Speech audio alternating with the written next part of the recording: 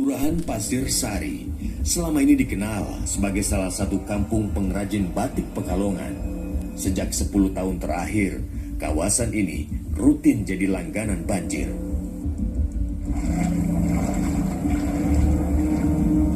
Tidak ada pilihan bagi warga setempat kecuali berdamai dengan alam. Meski banjir datang dan pergi, warganya memilih tetap tinggal di sini. Benarkah ancaman Pekalongan tenggelam sudah di depan mata? Juga mengintai warga desa Pasir Sari di Kecamatan Pekalongan Barat. Seluruh pemukiman di RT 02 RW 03 di Kelurahan Pasir Sari terendam air dengan ketinggian rata-rata 30 cm.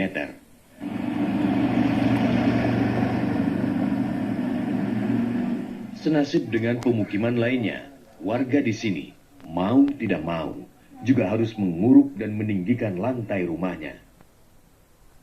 Wilayah Kota Pekalongan di Kecamatan Pekalongan Utara, realitas mendatangi kompleks Pesona Gria Panjang. Kondisi kompleks perumahan di Desa Kandang Panjang ini sangat memprihatinkan. Banjirop selalu melanda kala pagi dan sore. Jalanan kompleks yang tergenang di sana-sini menjadi pemandangan sehari-hari, terlebih di musim hujan saat ini.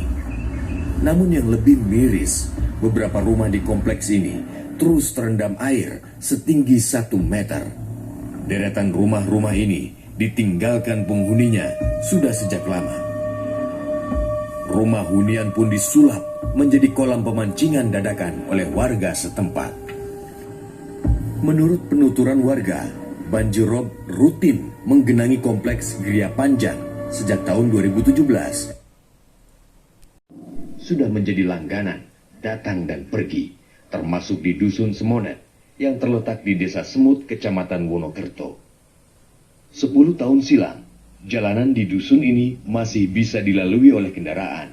Namun kini, Dusun Semonet berubah menjadi pulau kecil baru di daratan di Wonokerto. Dusun seluas 21 hektar ini terus tergerus abrasi air laut, sehingga sebagian besar warganya memilih hengkang.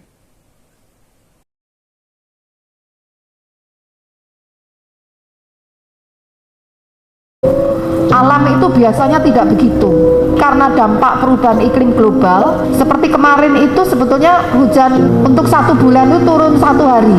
Nah itu yang dikatakan ekstrim. Bencana ini tidak mungkin bisa diatasi oleh salah satu institusi sehebat apapun gitu. Karena bencana ini adalah memang urusan bersama. Sehingga kami himbau Bapak Ibu Kepala Daerah ini tidak perlu ragu-ragu dalam hal menetapkan status tanggap darurat. Dengan modifikasi cuaca yang ada, alhamdulillah kemarin berhasil, sangat masih sekali dibantu karena itu membereskan banyak. Tapi ingat ya, anginnya enggak loh, masih ada potensi. Tapi ingat ya, ropnya masih akan tinggi karena bulan purnama sebentar lagi. Maka saya minta patroli tanggul. Karena ada angin tinggi, saya minta pohon yang tinggi dipangkas, dicukur. Ini kita minta agar semuanya aware. Nah, sektor subsektornya sekarang mesti siap-siap. Yang transportasi, yang ngurus sungai, yang ngurus jalan, ngurus listrik, termasuk ngurus BBM.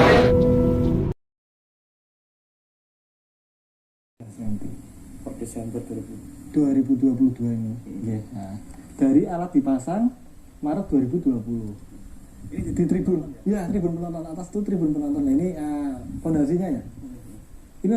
Ini bukan karena kesalahan konstruksi mas, karena memang sudah dipastikan stadion ini kan agak jarang dipakainya toh, beban di atas juga nggak ada. Cuma terjadi retakan ini mas, retakan diagonal ini itu karena memang tanah yang di bawah turun. Menurut hasil analisis pemodelan genangan spasial, diprediksi 90% daratan kota Pekalongan dipastikan tenggelam pada tahun 2035 mendatang. Area pemukiman yang terdampak banjirop diprediksi akan naik 100 kali lipat dari 0,5% di tahun 2020 menjadi 51% di tahun 2035. Saya lihat ya, itu ketika saya melihat dari sisi penggunaan sisi garis pantai. Saya lihat pertama dari garis pantai itu terjadi penyusutan garis pantai. Ada beberapa lokasi misalnya yang sangat terdampak oleh hal tersebut, misalnya di daerah Simonet misalnya, daerah itu banyak yang terjadi abrasi, atau di daerah pecahkaran api-api. Ahli geologi menyebut tingginya laju permukaan daratan Pekalongan juga dipicu oleh topografi setempat, sebab daratan Pekalongan terbentuk dari endapan yang masih lunak. Endapan aluvial yang ada di Kabupaten Pekalongan ini sangat tebal, Mas. Tebalannya kalau misalnya dilihat dari peta geologi itu 150 meter. Itu yang pertama. Yang berikutnya, si endapan itu material yang di bawah tanahnya di Kota Pekalongan ini tuh belum sampai proses litifikasi atau pembatuan. Otomatis sebelum proses itu ada proses namanya kompaksi, Mas. Nah, kita tuh sedang mengalami proses namanya kompaksi alamiah. Jadi si material-material yang ada konten airnya itu tuh semakin menurun gitu, kompaksi, semakin memadat seperti itu. Wali Kota Pekalongan tidak menampik maraknya eksploitasi air tanah turut menyumbang tingginya laju penurunan muka tanah di wilayahnya. Meski begitu, Pemkot belum bisa mengambil langkah tegas menutup perizinan pembuatan sumur bor baru.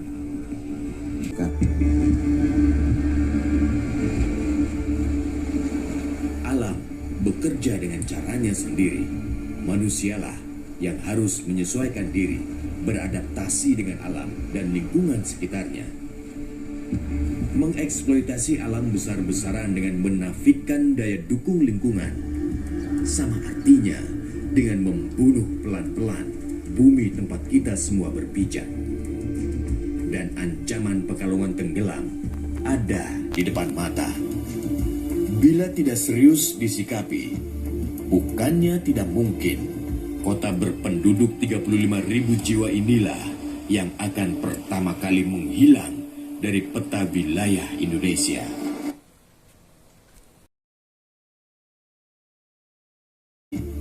Bukannya tidak mungkin kota berpenduduk 35.000 jiwa inilah yang akan pertama kali menghilang dari peta wilayah Indonesia.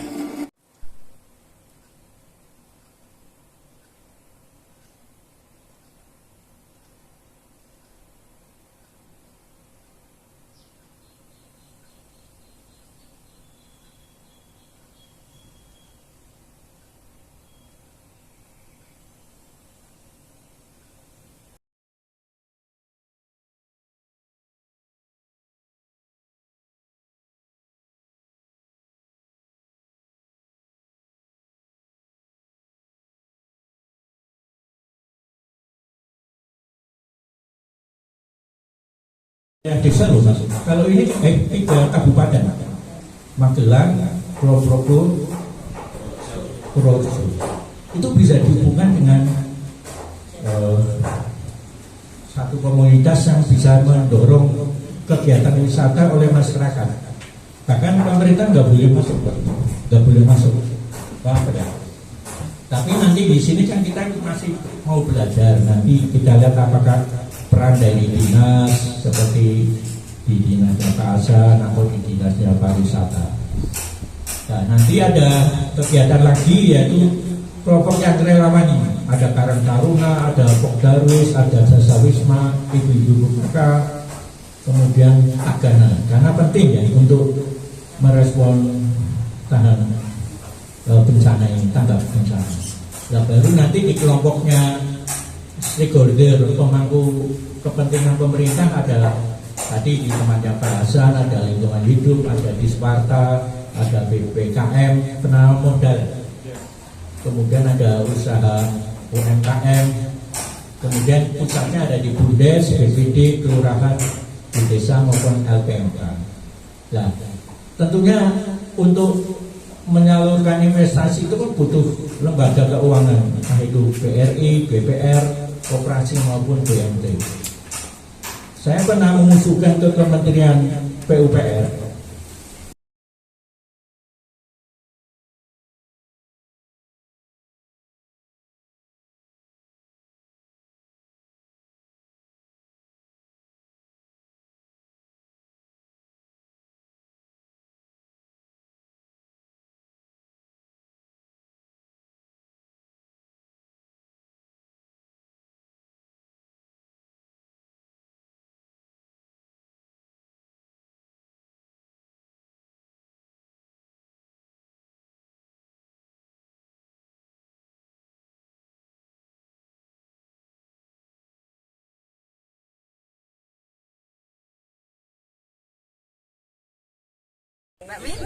Halo ibu-ibu, kita serasa di Thailand di Bangkok ya.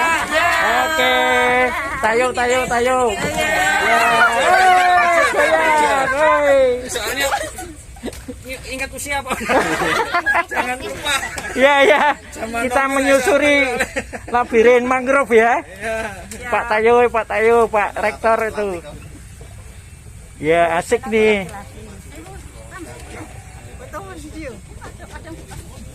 Bu Esi. Iya, dadah. Dadah, ini menyusuri labirin mangrove ya. Ya, betul. Betul. Nanti lihat Bisa flora ditayangkan fauna. di Bapeda. Oke, siap. Bu Retno siap.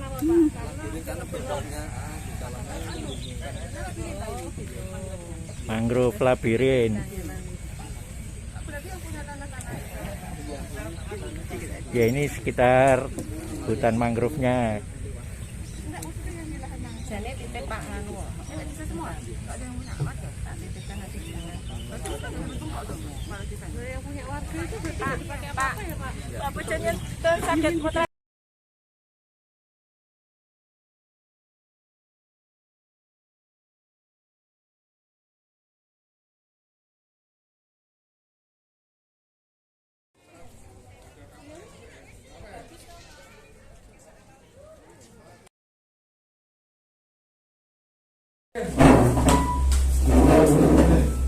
Ya, video masuk YouTube. Siap. Jangan lupa subscribe. Pujogosworo ya Pak. Yes. Oh, gratis orang bayar. Ngesuk ngopi bareng. Amin. Matur nuwun. Ya, paham. Gabung,